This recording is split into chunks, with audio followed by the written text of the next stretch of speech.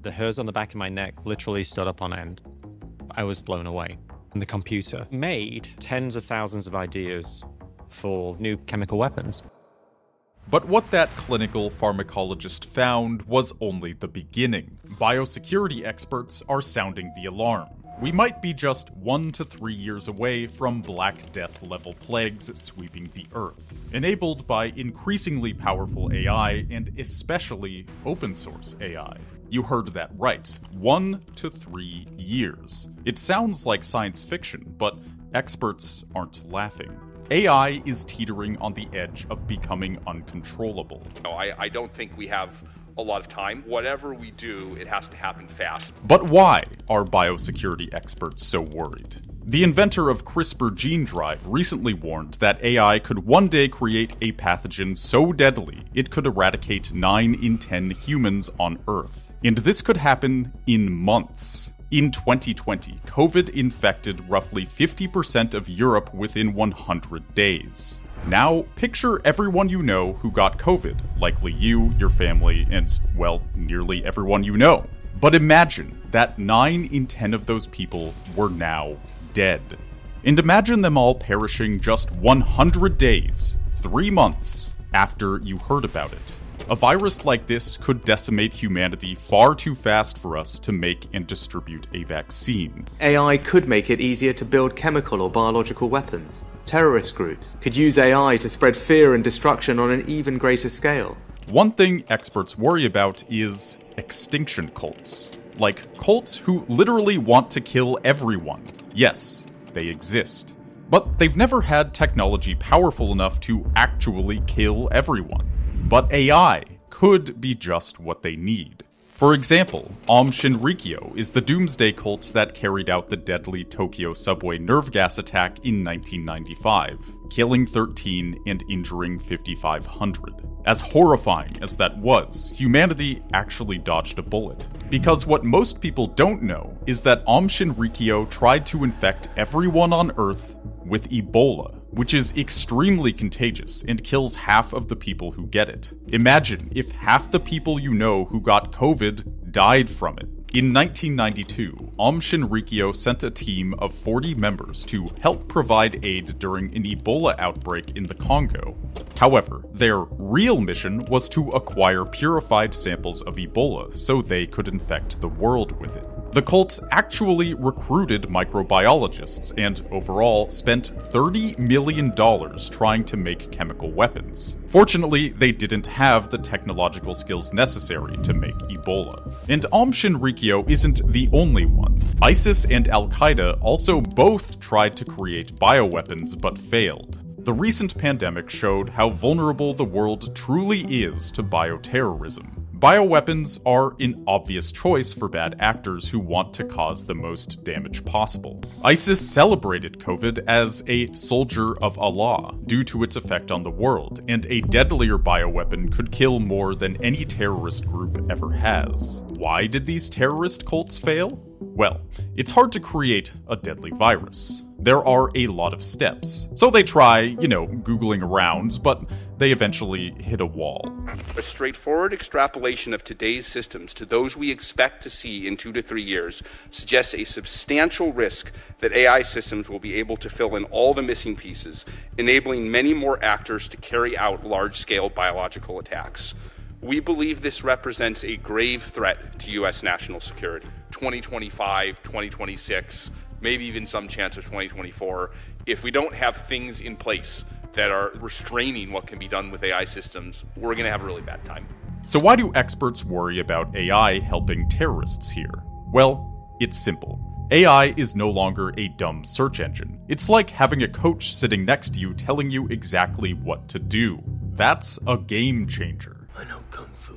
People say, oh, it's like a glorified Google. But no, it's not. It doesn't just look up links to websites. It thinks about questions and gives you the answer. Now, current AI isn't good enough to coach terrorists through every step of making a bioweapon. But what about when AIs are 100 times or 1,000 times smarter than they are now? And what's confusing about AI is the same thing that knows how to solve problems, to help a scientist do a breakthrough in cancer biology or chemistry, to help us advance material science and chemistry or solve climate stuff is the same technology that can also invent a biological weapon with that knowledge. And the system is purely amoral. It'll do anything you ask it. It doesn't hesitate or think for a moment before it answers you. Also, the terrorists still need access to equipment, but AIs can help them with that too. As a result, you won't need to be a PhD virologist to make a deadly virus. You'll just need the newest open source AI model. But why do scientists think this could happen in just 1 to 3 years?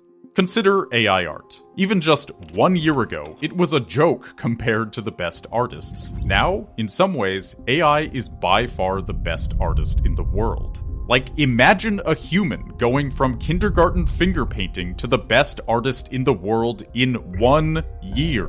AIs are not only passing, but acing all the tests we can throw at them. It's outperforming doctors, lawyers, and even acing all of our creativity tests.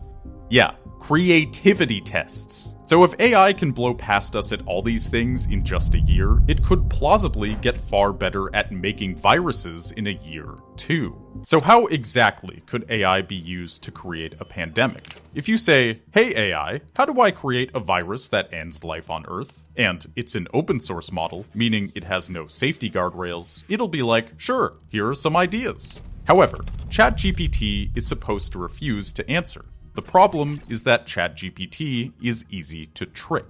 MIT researchers ran an experiment where they told some students to try to use an AI similar to ChatGPT to create a pandemic. It only took the students just 1 hour to get the AI to suggest 4 deadly pathogens. It also helpfully explained how to actually generate those pathogens. And it told the students how to pull off this pandemic without getting caught. Like, it told them how to secretly get the equipment they needed and how to find a shady DNA synthesis company that would actually make their virus without asking questions. Recently, a company announced they built an AI capable of not just creating the formula for novel toxic molecules, but their AI can actually create the molecules themselves too. Like, the AI generates the idea for the toxic molecule, and then they can actually go and make it. Believe it or not, there's an entire field dedicated to making viruses deadlier and more virulent, called gain-of-function research. If that sounds like a terrible idea, well, many think it is. It's supposed to give insight into how viruses behave so that we might better defend against them in the future. But that comes with the risk of creating stronger viruses that might escape the lab. There have been hundreds of reported lab leaks throughout history, and it is possible that thousands more lab leaks have gone unreported. One of the leading theories is that COVID escaped from the Wuhan Institute of Virology, which was experimenting with creating more deadly coronaviruses.